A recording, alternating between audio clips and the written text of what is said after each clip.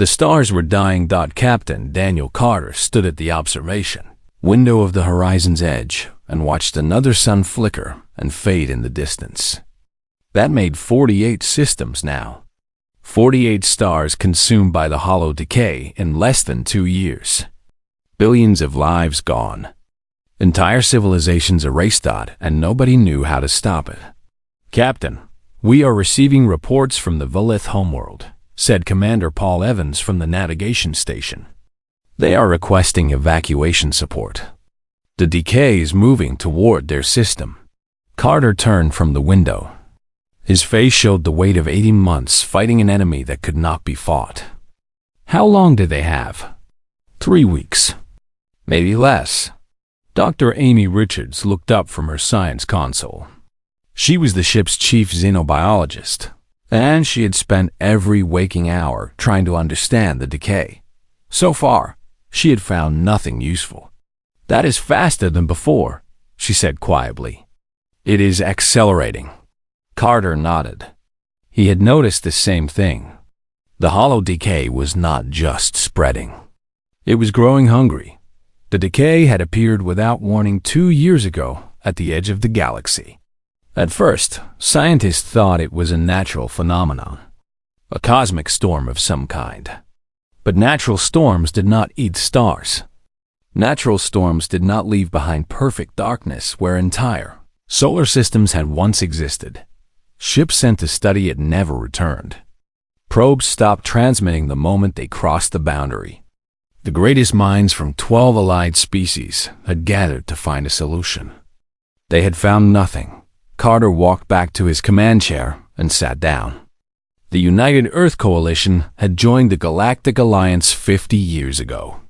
In that time, humanity had earned a reputation for stubbornness and creativity.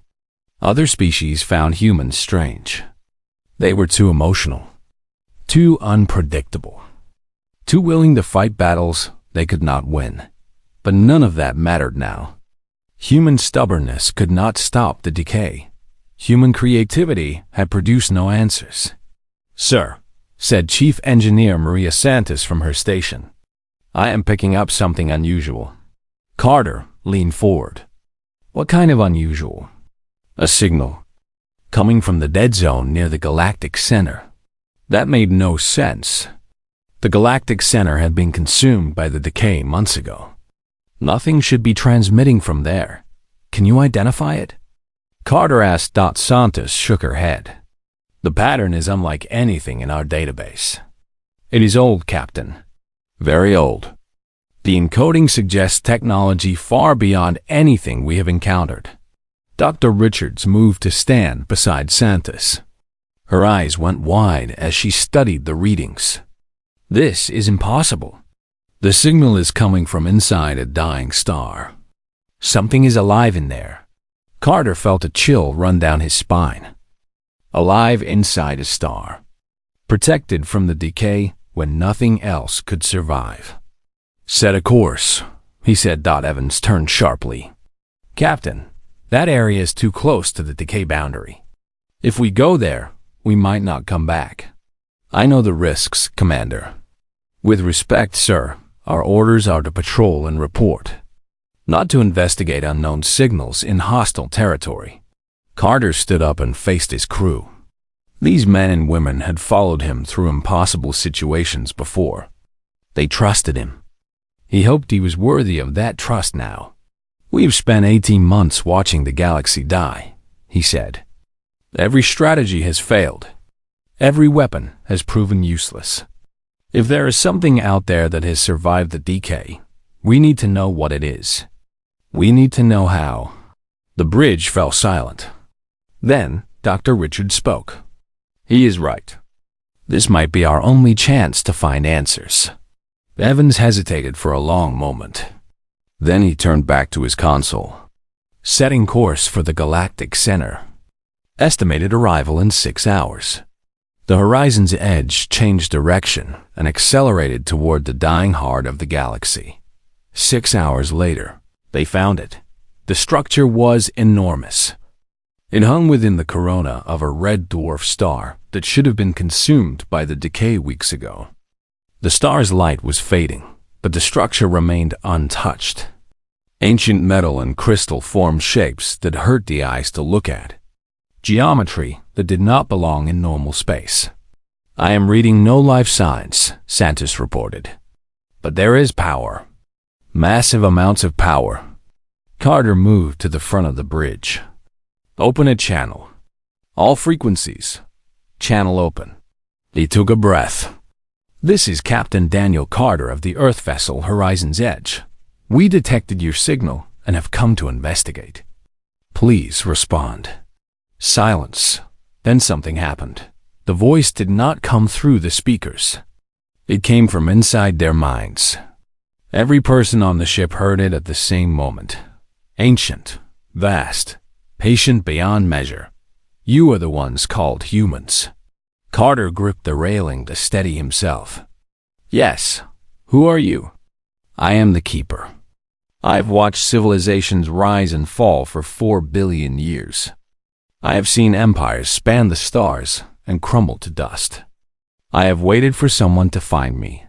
Dr. Richards stepped forward, her voice shaking. "Do you know what is happening? Do you know what the hollow decay is?" "I know," the Keeper said. "I know because my people created it." The words hit them like a physical blow. Carter felt anger rising in his chest. "Your people created the thing that is destroying the galaxy?" "Yes, as a test. As a choice. The decay was designed to force evolution or extinction. Only the worthy survive. How do we stop it?" Carter demanded. The Keeper's presence seemed to grow larger in their minds. "I can stop it. I hold the key to salvation. But my help comes with a price." "What price?" "Everything that makes you human." The bridge fell into shocked silence. Carter stared at the ancient structure floating in the dying starlight. "I do not understand," he said. "You will," the Keeper replied. "Bring your leaders. Bring your decision-makers. You have 1 month to choose. Accept my bargain, or watch your galaxy die." The presence withdrew from their minds, leaving behind a terrible silence. Carter turned to his crew. Their faces showed fear, confusion, and something else. Determination.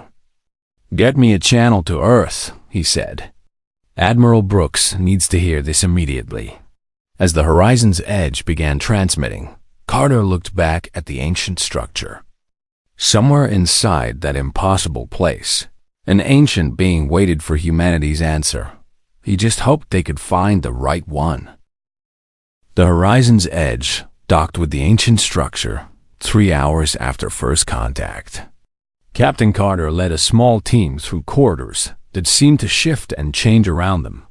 Dr. Amy Richards walked beside him, her scientific instruments useless against technology that defied everything she knew. Commander Paul Evans and Dr. Nathan Cole followed close behind. Cole was the ship's physician and ethics advisor. Carter had brought him specifically for this meeting. If the Keeper wanted to bargain for humanity's soul, Carter wanted someone who understood what that meant. The corridor opened into a vast chamber. There were no walls, no ceiling, no floor that they could see. They stood on nothing and everything at once. Stars wheeled around them. Galaxies spun in the distance. Time itself seemed uncertain here. "Welcome," the Keeper's voice filled the space. "Few have stood where you stand now." Carter straightened his shoulders. "We came for answers." "What exactly are you offering? What do you mean by everything that makes us human?" The darkness shifted. A form began to take shape before them. Not solid. Not quite real. A suggestion of something ancient and powerful beyond measure. "I am the last survivor of the first civilization," the Keeper said. "My people existed before the stars were young. We created the framework of this galaxy. We seeded it with the potential for life. And we created the hollow decay as our final gift." Dr. Richards stepped forward. "A gift? You call the destruction of billions of lives a gift? The decay is not destruction. It is judgment. We designed it to activate when civilizations reached a certain point. A point where they must choose what they truly value. Carter felt cold, despite the strange warmth of the chamber. You are testing us. Yes. Every species that has risen to prominence faces this test. The decay consumes until someone proves worthy of stopping it. And how do we prove worthy? Evans asked out the keeper's form, pulsed with light. By sacrifice. The decay can be stopped, but it requires a catalyst. Something to power the ancient machines. That catalyst is what I call the spark. Cole spoke for the first time. What is the spark? It is what makes humans unique among all species I have observed. Your creativity. Your defiance. Your irrational hope. Your capacity to love beyond reason. Your willingness to fight even when victory is impossible. Carter shook his head. You want us to give up those things? Yes. In exchange, the decay stops immediately. Your species survives. Your bodies remain. Your minds function. But you become like the others. Logical. Predictable. Efficient. You lose what makes you exceptional. The words hung in the air. Carter looked at his team. Richards had tears in her eyes. Evans stood rigid with anger. Cole looked thoughtful and troubled. That is not survival, Carter said. That is erasure.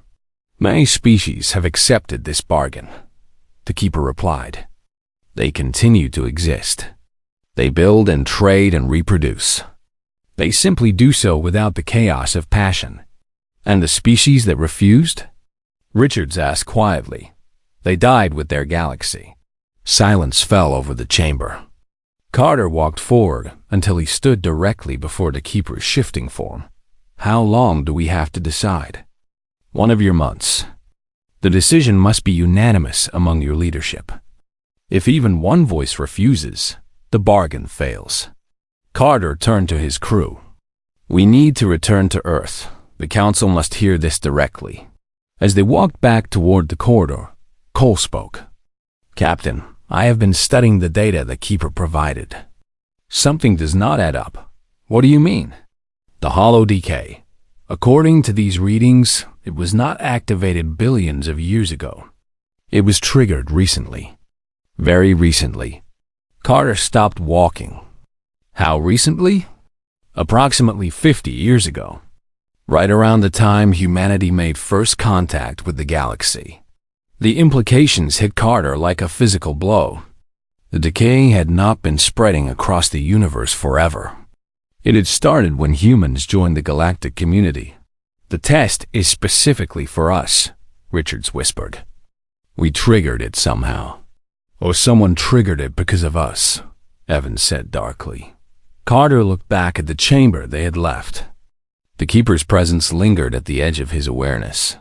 We need to find out why, he said, before we make any decisions. The journey back to Earth took 2 weeks.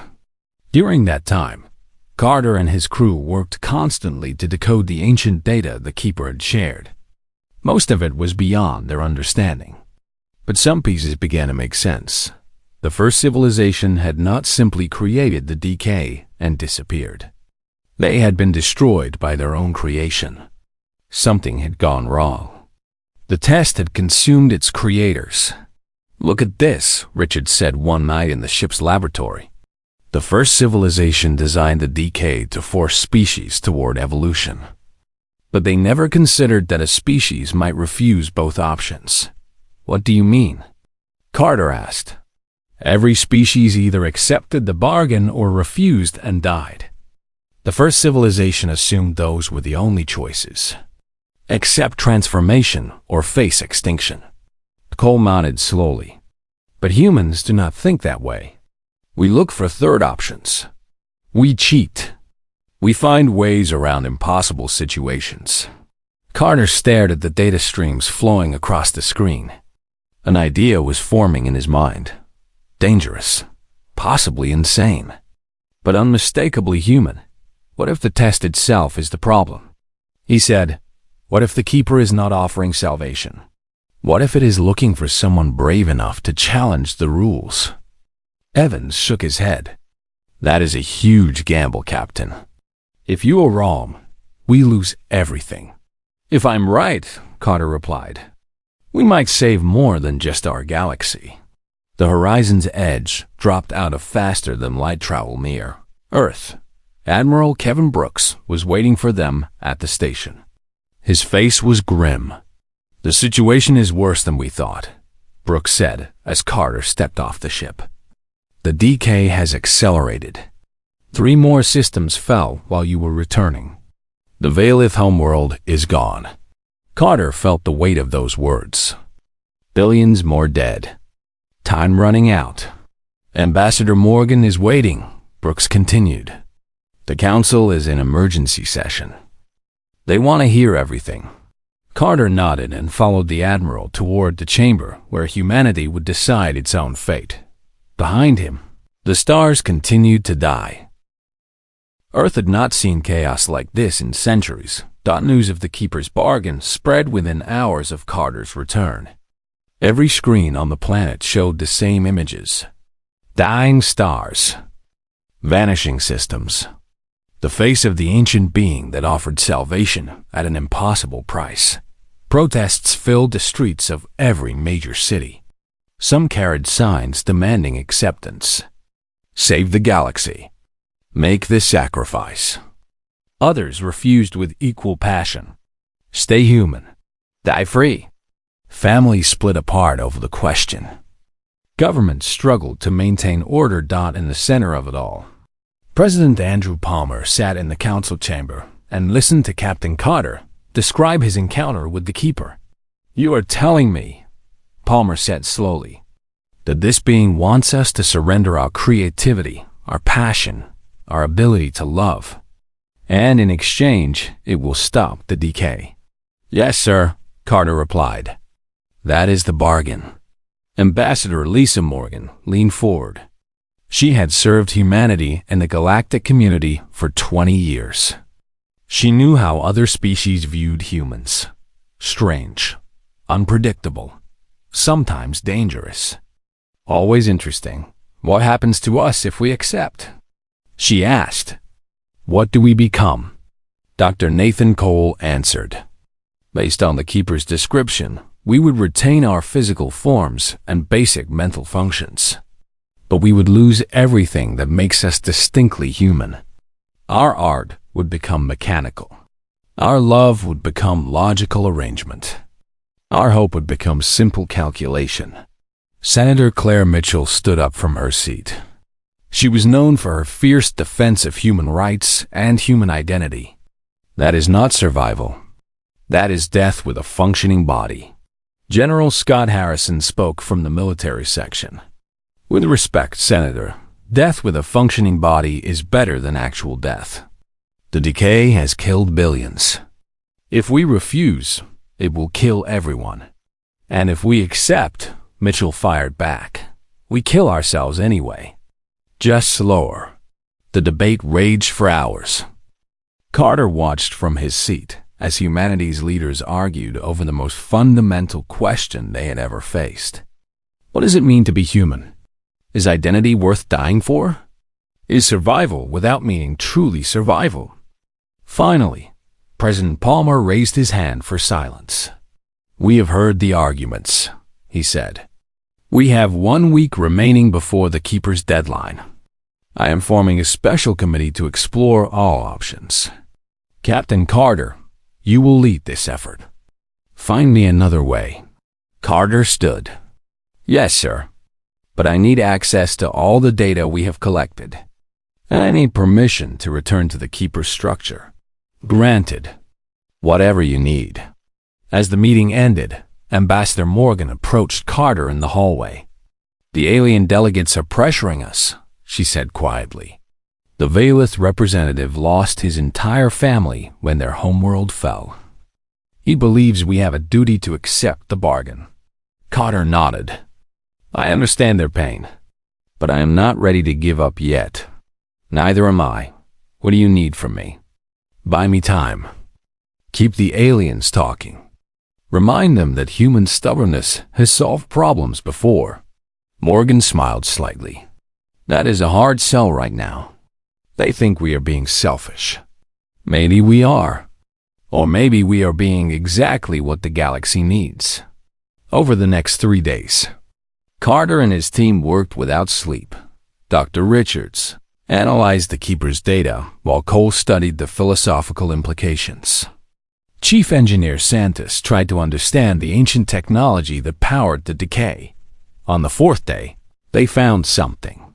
Look at this, Richards said, pointing to a complex pattern on her screen.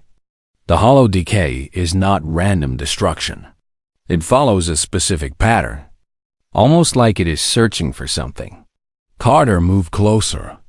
Searching for what? I'm not sure. But the pattern suggests it is drawn to certain types of energy. Specifically, the energy produced by conscious beings making choices. Cole's eyes widened. The spark. It is drawn to the spark. Exactly.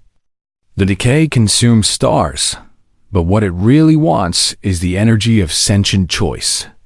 That is why it accelerates when it gets close to populated systems. Santos looked up from her engineering console. If that is true, then maybe we can redirect it. Give it what it wants without surrendering ourselves. Carter felt hope for the first time in weeks. How? I do not know yet. But the technology exists in the Keeper's structure. If we can understand it, we might be able to change the rules. That night, Carter received a message from Senator Mitchell. She had been conducting her own research and wanted to meet privately. They met in a small office overlooking the city. Below them, protesters still filled the streets. The lights of Earth shone against the darkness of space. I found something disturbing, Mitchell said. The timing of the decay's activation. It started exactly when humanity made first contact with the Valith. We noticed that too. What does it mean? I think someone triggered the decay deliberately. Someone who saw humanity as a threat. Carter felt cold. You think we were targeted? Think about it. Humans joined the galactic community. Within months, an ancient weapon activates and starts destroying everything. Now we are being offered a choice that would eliminate everything that makes us dangerous. But the Keeper said the test was for everyone. The Keeper has been alone for billions of years. How do we know it is telling the truth? Carter considered her words. The Keeper had seemed genuinely ancient and removed from petty concerns. But that did not mean it was honest. That did not mean it was not manipulating them. What do you suggest? He asked. Find out the truth. Before we make any decisions, we need to know exactly why the decay started and exactly what happens if we refuse. Carter nodded slowly. I am taking the Horizon's Edge back to the Keeper tomorrow. Come with me. Mitchell smiled grimly. I was hoping you would say that. The next morning, as Carter prepared to depart, he received word from President Palmer. The pressure had become too great. Allied species were threatening to withdraw their support. The Council was preparing to accept the Keeper's bargain. You have 3 days, Palmer told him. Find me proof that there is another way, or I will have no choice but to agree to the Keeper's terms. Carter boarded his ship and set course for the dying heart of the galaxy. 3 days to save humanity's soul. He hoped it would be enough. The Horizon's Edge dropped out of faster-than-light travel at the edge of the hollow decay. Captain Carter stood at the observation window and stared into perfect darkness. Somewhere beyond that boundary, stars had once burned. Now there was nothing. Senator Mitchell stood beside him. It is hard to believe anything could survive in there.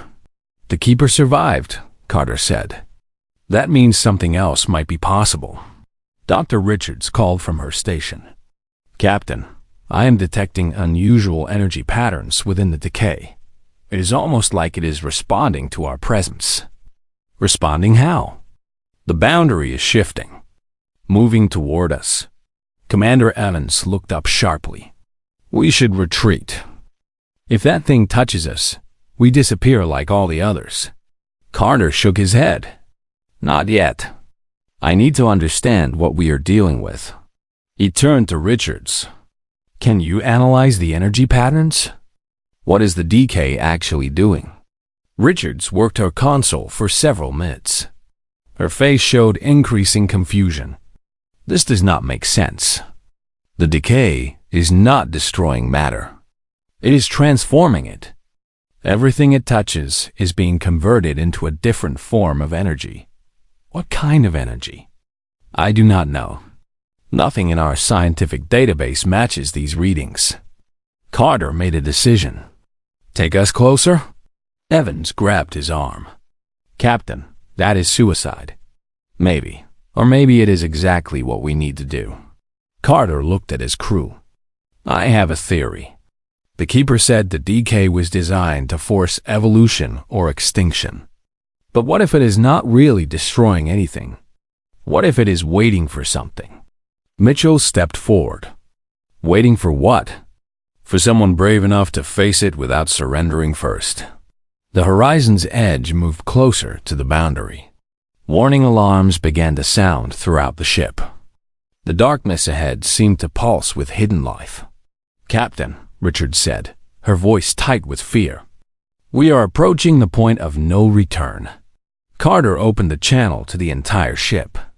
All hands, this is the captain. What I am about to do may seem insane, but I believe the decay is not our enemy. I believe it is a test, and the test can only be passed by those who refuse to give up who they are. Anyone who wants to leave may take the escape pods now. No judgment. No shame. Silence filled the ship. Then voices began to respond, one after another. Staying, Captain. With you, sir. Let us see what is on the other side. Not a single crew member left. Carter felt pride swell in his chest. This was humanity. This was the spark the Keeper wanted to take from them. The ability to face the unknown together. Take us in, he ordered. The horizon's edge crossed the boundary. Darkness swallowed them. Every screen went black. Every instrument stopped functioning. For one terrible moment, there was nothing but silence and the absence of everything. Then light returned. Carter blinked and stared at his surroundings. They were still on the bridge. The crew was still alive. But the view through the windows had completely changed. Instead of darkness, they floated in a sea of golden light. Strange shapes moved in the distance. Patterns of energy that suggested intelligence beyond human comprehension. Where are we? Mitchell whispered. Richards checked her instruments, which had suddenly started working again. We are still inside the decay, but this is not destruction. This is something else entirely. A familiar presence touched their minds. The Keeper. You surprise me, Captain Carter. No species has ever chosen to enter the decay willingly. Carter stood tall. We are not like other species. So I am beginning to understand. You see the truth now. The decay is not death. It is transformation. A doorway to the next stage of existence. Then, why offer us the bargain at all? Why ask us to surrender our humanity? The Keeper's presence seemed to shift, become more personal, more honest, because only those who refuse to surrender deserve to pass through. The bargain is the test. Accept it, and you prove yourself unworthy. Refuse it and face extinction, and you also fail. But refuse it and still find the courage to enter the unknown without guarantees. That is what I have waited billions of years to see. Mitchell stepped forward. The first civilization. They failed this test? Yes, they created the decay as a challenge for future species. But they themselves could not pass it. They were too logical, too careful. They could not imagine beings who would choose the uncertain path. Carter felt understanding dawn. You were not trying to take our humanity. You were trying to see if we valued it enough to risk everything. Yes, and you have proven that you do. The golden light around them began to intensify. Carter felt energy flowing through him. Not destroying, not erasing, expanding. The decay was not consuming the ship. It was changing it. Changing them. What happens now? Richards asked. Now you complete the transformation. Hold on to who you are. Let the energy pass through you without taking anything from you. If your identity is strong enough, you will emerge unchanged but elevated. If you waver, you will be returned to normal space, unharmed but untransformed. Carter looked at his crew. Their faces showed fear but also determination. The same stubborn refusal to surrender that had brought them this far. We hold on to who we are, he said. No matter what. The energy wave hit them. It was like standing in the heart of a star. Power beyond imagination flowed through every atom of their being. Carter felt his mind expanding, touching thoughts and memories and possibilities he had never imagined. He felt the temptation to let go, to surrender to the pure bliss of transformation. But beneath it all, he felt something stronger. His love for his crew, his duty to humanity, his stubborn refusal to give up what made him who he was. He held on. The wave passed. Carter opened his eyes and found himself standing in a realm of pure light. His crew stood around him, changed and unchanged at the same time. They were still human, still themselves. But something new lived within them now. You have passed, the keeper said. The first species in 4 billion years to complete the transformation. Carter looked at the ancient being. Call off the decay. Stop it from consuming more stars. I cannot. Only you can do that now. The power is within you, within all of humanity. How? Return to your people. Show them what you have learned. Lead them through the decay as you led your crew. When enough of humanity passes the test, the decay will end. Carter nodded slowly. He understood now. The salvation of the galaxy would not come from surrender. It would come from courage, from holding on to identity in the face of transformation, from being completely, stubbornly, gloriously human. We need to contact Earth, he said. They need to know there is another way. The horizon's edge turned toward home, carrying a message of hope. The real test was just beginning. Captain Carter's message reached Earth 6 hours before. President Palmer was scheduled to accept the Keeper's bargain. The transmission showed Carter standing on the bridge of the horizon's edge, surrounded by golden light. His crew stood behind him, alive and unchanged, yet somehow different. More present. More real. Do not accept the bargain, Carter said. The test is not about sacrifice.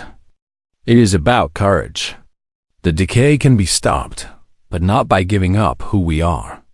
By embracing it fully. I am sending you everything we learned.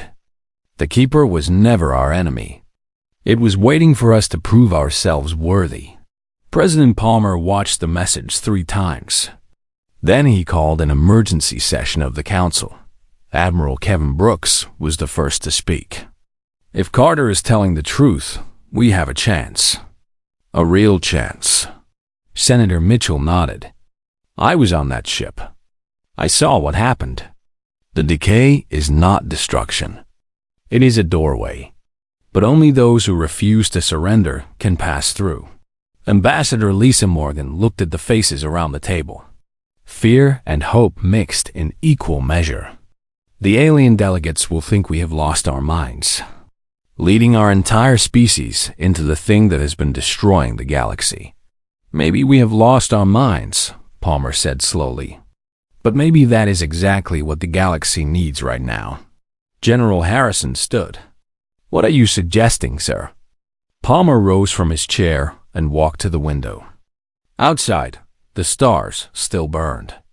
The decay had not reached Earth yet, but it would, soon. I am suggesting that we trust Captain Carter. I am suggesting that we do what humans have always done when faced with impossible choices. We find a third option. The vote was not unanimous. 3 council members refused to support what they called mass suicide. They were given the option to stay behind. None of them accepted. Word spread across Earth and to every human colony. The plan was simple and terrifying. Admiral Brooks would lead the entire combined fleet into the hollow decay, following Carter's signal. Every ship, every crew, every person who volunteered would face the transformation together. Nobody was forced. Nobody was required. Billions volunteered. The Volith ambassador requested a meeting with Palmer before the fleet departed. His name was Dexeron, and he had lost everything when his homeworld fell to the decay. "Your species confuses me," Dexeron said. "You refuse the Keeper's certain salvation. Now you propose to fly directly into the thing that killed my people. This is madness." Palmer smiled. "Probably. But it is human madness. The kind that builds civilizations and explores unknown stars and refuses to accept that any problem is truly unsolvable. And if you are wrong, if you all die, then we die as ourselves. Not as something the Keeper made us. Not as logical, efficient, predictable creatures stripped of everything that matters." Dexeron was silent for a long moment. Then he spoke again. "My people accepted a similar bargain once. Long before the decay, we were offered power in exchange for our passion. We accepted. We have regretted it ever since. You still have regrets? That sounds like passion to me. Perhaps. Small embers of what we once were." Dexeron straightened. "I would like to join your fleet. If there is any chance of rekindling what we lost, I must try." Palmer extended his hand. "Welcome aboard." Ships from 12 species gathered in orbit around Earth. Most were human vessels, but representatives from every allied civilization had volunteered. The Rithani sent 3 warships. Even the logical Vortham contributed a science vessel, curious to observe what they called humanity's final experiment. Carter's Horizon's Edge led the formation. He stood on the bridge with his original crew, plus Senator Mitchell and Ambassador Morgan. Dr. Richards monitored the energy readings. That would guide them through the transformation. Dr. Cole, prepared to offer support to anyone whose identity wavered. "Fleet is assembled," Evans reported. "All ships report ready." Carter nodded. He opened a channel to every vessel. Every person about to risk everything on his theory. "This is Captain Carter. What we are about to do has never been done before. The Keeper tested hundreds of species over billions of years. All of them either surrendered or died. We are going to be the first to choose a different path." He paused, looking at the stars visible through the bridge windows. "I will not lie to you. I cannot promise we will all survive. I cannot promise the transformation will work for everyone. But I can promise you this. Whatever happens, we will face it as ourselves. We will hold on to who we are. We will prove that humanity's greatest strength is not our technology, or our military, or our logic. It is our stubborn refusal to accept no-win scenarios." The fleet began to move toward the decay boundary. "Stay together," Carter continued. "Hold on to what matters most. Your families, your friends, your dreams, your loves, your hopes. These are not weaknesses to be surrendered. They are the core of who we are." The darkness of the decay loomed ahead. On my mark, we enter together. Whatever awaits us on the other side, we face it as one species. As humanity. The fleet crossed the boundary. Darkness enveloped them. And then came light. The transformation swept through every ship simultaneously. Carter felt the power of the decay pressing against him, testing his identity, searching for weaknesses. He held on. Around him, his crew held on. Across the fleet, Millions of humans and their alien allies faced the same test. The Keeper's voice filled the collective consciousness. You bring others with you. This was not expected. Carter answered with his thoughts. Humanity never faces the unknown alone. We bring our friends. We bring our allies. We bring everyone willing to stand with us. The test was designed for single species. Then maybe the test needs to change. Silence. Then something that might have been ancient laughter. Perhaps you are right. Perhaps you understand something my creators never did. That survival means nothing without connection. That identity is defined not just by what you are, but by who you stand beside. The pressure of transformation eased. The golden light around them began to fade.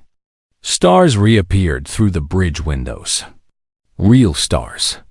Living stars. The decay was receding. Richard stared at her instruments in disbelief. It is stopping. The entire decay wave is reversing. The consumed systems are not coming back, but it is not spreading anymore. Cheers erupted across the fleet. Voices crying with joy and relief and triumph. Carter sank into his command chair. They had done it. Not by surrendering. Not by fighting. By being exactly who they were. The Keeper's presence touched his mind one final time. My people created the decay to find worthy successors. We searched for 4 billion years. Today, that search ends. Not because we found one worthy species. Because we found something better. A galaxy willing to face the unknown together. What happens now? Carter asked. Now you inherit our legacy. The knowledge. The technology. The responsibility. You have proven that existence is not about logic or efficiency. It is about connection and courage and the stubborn refusal to let go of what matters. The presence began to fade. Wait, Carter called. What about you? What happens to the Keeper? I have waited long enough. Time to rest. Time to see what comes next for beings like me. The ancient presence vanished, but something remained. Knowledge flooding into human minds. Understanding of technologies beyond imagination. And most importantly, the certain knowledge that they had earned their place among the stars. 2 weeks later, Ambassador Morgan addressed the Galactic Council. The hall was full. Representatives from every known species watched as the humans stood before them. We came to this community as newcomers, Morgan said. Young and strange and unpredictable. Many of you thought we were dangerous. Many of you thought we were foolish. You were right about both. Soft laughter rippled through the chamber. But danger and foolishness, when combined with courage and compassion, can change the universe. Today, the hollow decay is ended. Not because we surrendered what made us human. Because we refused to. She looked at the delegates from species that had joined the fleet. Valith, Rithani, Warthan, and others. We learned something in the heart of that darkness. The galaxy does not need species that merely survive. It needs species that truly live. Species willing to risk everything for what they believe. Species stubborn enough to refuse impossible choices and brave enough to find new ones. Morgan smiled at the assembled representatives. Humanity will never stop being strange. We will never stop being unpredictable. We will never stop asking questions that make logical species uncomfortable. But from this day forward, those qualities are not weaknesses to be fixed. They are strengths to be celebrated. Because the universe is vast and unknown and full of challenges. And facing those challenges requires everything we are. The council chamber burst into applause. Later, Captain Carter stood alone on the observation deck of Earth Station Prime. The stars spread before him, familiar and strange, full of wonders waiting to be discovered. Senator Mitchell joined him. The council voted unanimously to give humanity full partnership status. First time that has happened in their history. Carter nodded. We earned it. What happens now? He thought about the Keeper's final words. The legacy. The responsibility. The endless frontier waiting for those brave enough to explore it. Now we show the galaxy what humanity can really do, he said. Not by being like everyone else. By being completely, stubbornly, gloriously ourselves. The stars beckoned and humanity answered.